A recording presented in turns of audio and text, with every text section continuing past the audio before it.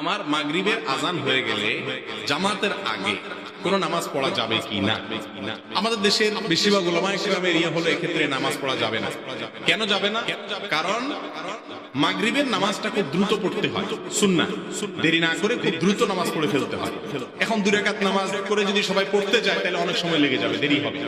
আর এজন্য মাগরিবের আগে কোনো কবলাল মাগরিব বা ফরজের আগে কোনো সুন্নাত নামাজ হাদিসে রাখা হয়নি। তবে বুখারীতে স্পষ্ট বর্ণনা আছে, অন্য হাদিসের কিতাবে আসছে যে মাগরিবের আযানের পরে জামাতের আগে 2 রাকাত নামাজ সাহাবীরা পড়েছেন বা হাদিসে বর্ণিত আছে।